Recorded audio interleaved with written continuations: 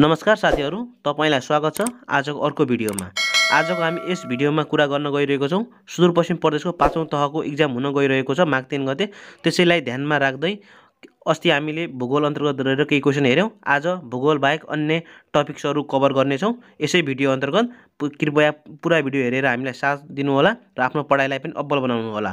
ल अब भिडियो ढिलो नगरी सुरु गरौँ है त। पहिलो टपिक रहेको छ समसामयिक जानकारी। यसबाट नि हामीले 4-5 वटा क्वेशन सोधिरहेको हुन्छ हरेक एक्जाममा।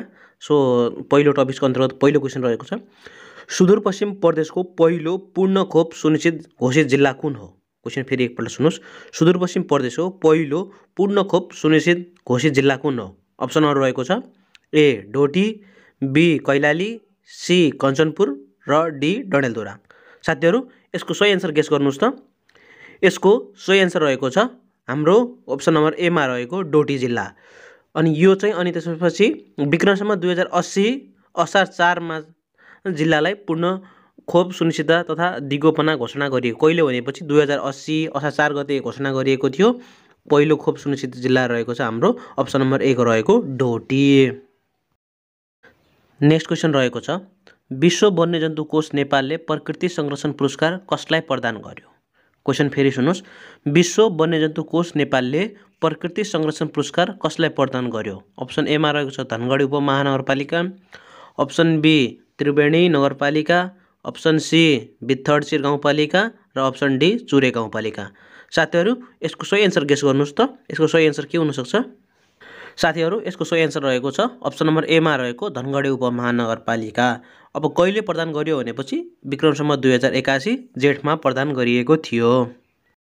त्यसैगरी 3 नम्बर क्वेशन रहेको छ कुन स्थानीय तहले थारू समुदायको भलमान्सा प्रथालाई कानुनी मान्यता दिएको छ?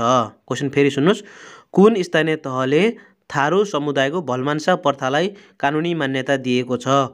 कतै कतै भलमान्सा प्रथालाई ठाउँमा बर्गर प्रथा पनि लेखिएको हुन सक्छ, कन्फ्युज नहुनु होला। यसको अप्सनहरु रहेको छ यस प्रकार धनगढी उपमहानगरपालिका, कैलाली गाउँपालिका, भजनी नगरपालिका र लास्टमा डी मा रहेको छ जोशीपुर गाउँपालिका। यसको सही आन्सर के हुन्छ साथीहरु गेस गर्नुस् त।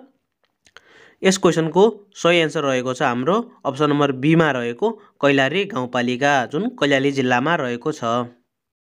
त्यस्तै गरी 4औं प्रश्न रहेको छ निजामती दिवस कहिले मनाइन्छ? जुन हरेक वर्ष मनाइने गर्छ त्यो निजामती दिवस कहिले मनाइन्छ? अप्सनहरु रहेको छ भदौ 22, साउन 16, साउन 22 र भदौ 16। यसको सही आन्सर के हो साथीहरु गेस गर्नुस् त। यसको सही आन्सर रहेको छ अप्सन नम्बर ए मा रहेको भदौ 22 चाहिँ हरेक वर्ष निजामती दिवस मनाइने गरिन्छ। त्यसैगरी साउन 16 गते चाहिँ हाम्रो के यो 2082 देखि चाहिँ मनाउन सुरु गरिएको छ जुन कोदो दिवस चाहिँ 2082 देखि पहिलो पल्ट मनाउन सुरु गरियो साउन 16 गते। बुझ्नु भयो? त्यसैगरी 5औं प्रश्न रहेको छ प्रथम खोखो विश्वकप 2025 उपविजेता राष्ट्र कुन हो? क्वेशन फेरि सुन्नुस्। प्रथम खोखो विश्वकप 2025 उपविजेता राष्ट्र कुन हो? अप्सनहरु यस प्रकार रहेका छन् ए भारत, बी नेपाल, सी पाकिस्तान र डी बांग्लादेश। यसको सही आन्सर गेस गर्नुस् साथीहरु। यसको सही आन्सर रहेको छ अप्सन नम्बर बी मा रहेको नेपाल। प्रथम खोखो विश्वकप 2025 को उपविजेता राष्ट्र नेपाल हो। महिला पुरुषमा उपविजेता नेपाल, त्यसैगरी महिला पुरुष दुवैमा विजेता राष्ट्र चाहिँ भारत रहेको छ। त्यसैगरी नेक्स्ट टपिक रहेको छ विश्वको भूगोल जसबाट 2 वटा प्रश्न आउँछ र जम्मा मार्क्स चाहिँ हाम्रो यसबाट 4 नम्बरको रहेको छ। त्यसैगरी आजको पहिलो क्वेशन रहेको छ यो टपिक अन्तर्गतको क्षेत्रफलको आधारमा विश्वको सबैभन्दा सानो महादेश कुन हो? क्षेत्रफलको आधारमा विश्वको सबैभन्दा सानो महादेश कुन हो? अप्सनहरु यस प्रकार रहेको छ युरोप, अस्ट्रेलिया, अन्टार्कटिका अनि लास्टमा रहेको छ दक्षिण अमेरिका। यसको सही आन्सर गेस गर्नुहोस् साथीहरु। यसको सही आन्सर रहेको छ अप्सन नम्बर बी अस्ट्रेलिया चाहिँ यसको राइट आन्सर रहेको छ। तर यस अप्सन छैन। एसिया चाहिँ विश्वको सबैभन्दा ठूलो महादेश रहेको छ।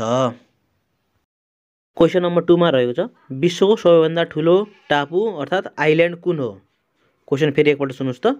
विश्वको सबैभन्दा ठूलो टापु यानी कि आइल्यान्ड कुन हो? अप्सनहरु यस प्रकार रहेका छन् बोर्निया, मेडागास्कर, ग्रीनल्यान्ड, श्रीलङ्का। सही साथीहरु यसको अप्सनहरु गेस गर्नुस् त सही अप्सन। यसको अप्सनमा सबैभन्दा बेस्ट आन्सर सही आन्सर रहेको छ अप्सन नम्बर सी ग्रिनल्यान्ड चाहिँ सबैभन्दा ठुलो टापु हो। यो चाहिँ श्रीलङ्काभन्दा करिब 33 गुणा ठुलो रहेको छ। त्यसै गरी थर्ड क्वेसन रहेको छ विश्वको सबैभन्दा ठुलो मरुभूमि हट प्लस कोल्ड दुवै समेट्दा, तातो र चिसो दुवै समेट्दा कुन हो सबैभन्दा ठुलो मरुभूमि? अप्सन ए मा रहेको छ सहारा, अप्सन बीमा रहेछ गोबी, अप्सन सीमा अटाकामा र अप्सन डीमा एन्टार्क्टिका मरुभूमि। यसको सही एन्सर साथीहरू गेस गर्नुहोस् त। यसको सबैभन्दा बेस्ट अनि सही एन्सर रहेको छ अप्सन नम्बर डी एन्टार्क्टिका मरुभूमि, जसलाई शीत मरुभूमि पनि भन्ने गरिन्छ। त्यसै गरी अप्सन एमा रहेको सहारा मरुभूमि चाहिँ सबैभन्दा ठुलो क्षेत्रफलमा सबैभन्दा ठुलो मरुभूमि र सबैभन्दा तातो मरुभूमि भनेपछि चाहिँ हाम्रो यो अप्सन नम्बर सीमा रहेको अटाकामा मरुभूमि रहेको छ। नम्बर 4 मा रहेको छ पानामा नहरले कुन दुई महासागर जोड्दछ? क्वेसन फेरि सुन्नुहोस्, पानामा नहरले कुन दुई महासागर जोड्दछ? अप्सन ए एटलान्टिक र हिन्द, बी प्रशान्त हिन्द, सी एटलान्टिक प्रशान्त र डीमा छ आर्कटिक प्रशान्त। यसको सबैभन्दा बेस्ट एन्सर गेस गर्नुहोस् त साथीहरू। यसको बेस्ट एन्सर हुन्छ साथीहरू अप्सन नम्बर सीमा रहेको एटलान्टिक र प्रशान्त महासागर जोड्दछ। 5औं क्वेसन रहेको छ भूमध्य रेखा इक्वेडर कति डिग्रीमा अवस्थित छ? क्वेसन फेरि सुन्नुहोस्, भूमध्य रेखा कति डिग्रीमा अवस्थित छ? अप्सनहरू यस प्रकार रहेको छ 23.5 डिग्री उत्तर, 23.5 डिग्री दक्षिण, 0 डिग्री, 66.5 डिग्री। यसको सही एन्सर गेस गर्नुहोस् साथीहरू। यसको सही एन्सर रहेको छ अप्सन नम्बर सीमा रहेको 0 डिग्री देशान्तरमा रहेको छ। योसँगै हाम्रो नयाँ टपिक सुरु हुन्छ। नयाँ टपिकको नाम रहेको छ विश्वको इतिहास। यसबाट नि हामीलाई एउटा प्रश्न बेला बेलामा सोधेको हुन्छ जुन एकदमै सजिलो पनि सोध्छ र बस हामीले अलिकति तिथिमितिमा ध्यान दिनुपर्ने हुन्छ। त्यसैले यो पनि एउटा क्वेसन हुन्छ, त्यसमा पनि 2 नम्बरको आउँछ, त्यसैले यो पनि नबिगाड्नु होला। अब यो विषयमा हामी थोरै छलफल गरौँ। क्वेसन नम्बर 1 रहेको छ प्रथम विश्वयुद्ध कहिले सुरु भएको हो? क्वेसन फेरि सुन्नुहोस्, प्रथम विश्वयुद्ध कहिले सुरु भएको हो? अप्सनहरू रहेको छ सन् 1912, सन् 1914, सन् 1916 र सन् 1918। साथीहरू यसको सही एन्सर गेस गर्नुहोस् त कुन हुनसक्छ? यसको सही एन्सर रहेको छ अप्सन नम्बर बीमा रहेको सन् 1914। यो चाहिँ साल मात्रै भयो, मिति गते भनेपछि चाहिँ सन् 1914 जुलाई 28 मा भएको थियो। त्यसै गरी अप्सन नम्बर डीमा रहेको चाहिँ हाम्रो यो चाहिँ अन्त्य भएको थियो, प्रथम विश्वयुद्ध अन्त्य भएको थियो कहिले भनेपछि सन् 1918। यो चाहिँ साल भयो अनि महिना चाहिँ नोभेम्बर अनि गते चाहिँ 11 मा अन्त्य भएको थियो। क्वेसन नम्बर 2 मा रहेको छ दोस्रो विश्वयुद्धको तत्कालीन कारण के थियो? क्वेसन फेरि सुन्नुहोस् त, दोस्रो विश्वयुद्धको तत्कालीन कारण के थियो? अप्सनहरू रहेको छ भर्सिलिजको सन्धि हो है, भर्सिलिजको सन्धि, बीमा पोल्यान्डमा जर्मनीको आक्रमण, सीमा जापानद्वारा पर्ल हार्बर आक्रमण र डीमा राष्ट्रसङ्घको असफलता। यसको सही एन्सर के हुन्छ साथीहरू गेस गर्नुहोस् त। यसको सही एन्सर रहेको छ अप्सन बीमा रहेको पोल्यान्डमा जर्मनीको आक्रमण।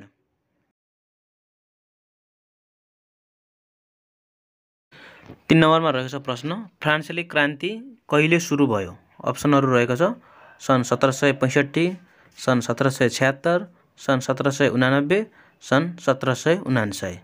यसको राइट एन्सर के हुन्छ साथीहरू गेस गर्नुहोस् त। यसको राइट एन्सर रहेको छ अप्सन नम्बर सीमा रहेको सन् 1789।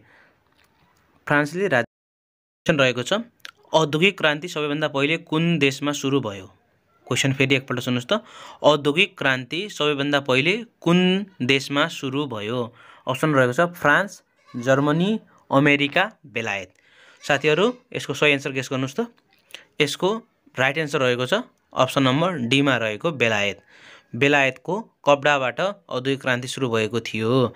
यसलाई अर्को नाम पनि यान्त्रिक क्रान्ति पनि भनिन्छ। त्यसैले यसको राइट एन्सर रहेको छ अप्सन नम्बर डी बेलायत। 5औं प्रश्न रहेको छ अमेरिका मतलब अमेरिकी स्वतन्त्रता कहिले घोषणा भयो? अमेरिका कहिले स्वतन्त्र घोषणा गरियो? यसको अप्सनहरू रहेको छ सन् 1765, सन् 1776, सन् 1783 र सन् 1789। यसको सही एन्सर के हुन्छ साथीहरू गेस गर्नुहोस् त।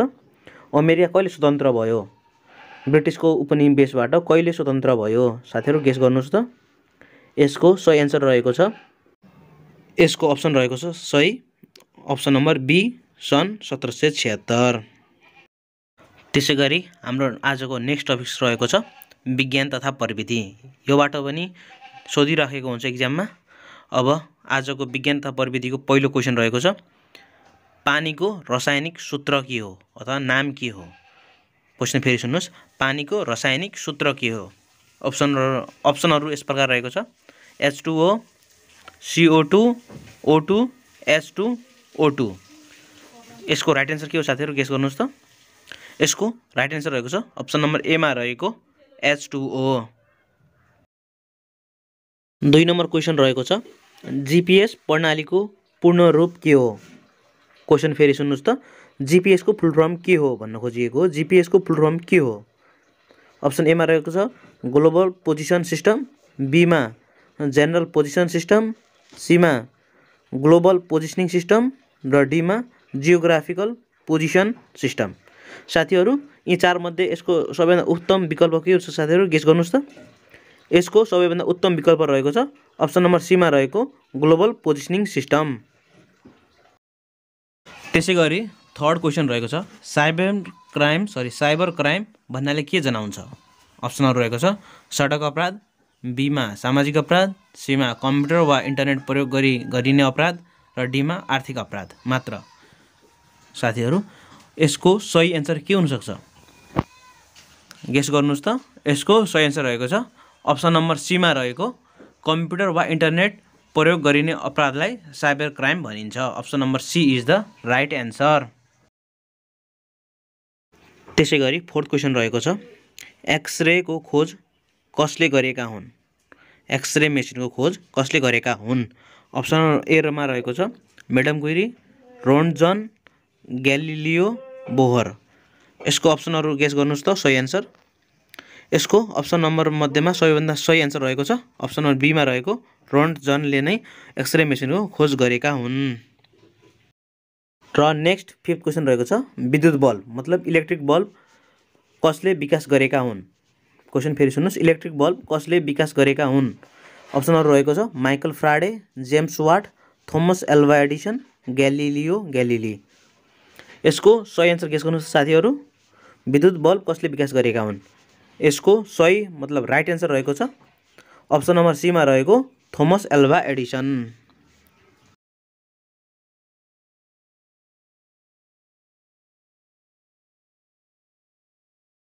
ओके साथीहरू, दिस मच टुडे। आजलाई यति नै गरौँ। अब आज हामीले केही टपिक्सहरू हेऱ्यौँ। अब बाँकी केही टपिक्स छुटेकाहरू हामी भोलि पढ्नेछौँ। त्यतिन्जेलसम्मको लागि हजुरहरूले ती टपिक्स छुटेका टपिक्सहरू हेर्दै गरेर आफ्नो पढाइलाई एक किसिमको अगाडि बढाउँदै गर्नुहोस् र त्यो दिन फेरि छलफल गर्नेछौँ हामी। ओके, आजको भिडियो कस्तो लाग्यो, जस्तो लाग्यो त्यस्तै प्रक्रिया दिनुहोला। यसै टपिक्सभित्रमा तपाईँलाई कुनै केही कन्फ्युज केही छ भने पनि त्यो पनि तल कमेन्ट बक्समा कमेन्ट गर्नुहोला। Okay, see you soon. आफ्नो पढाइलाई वेल लेभलको वेल एक्स्ट्रा अर्डिनरी बनाउँदै गर्नुहोस्। Take care, see you soon.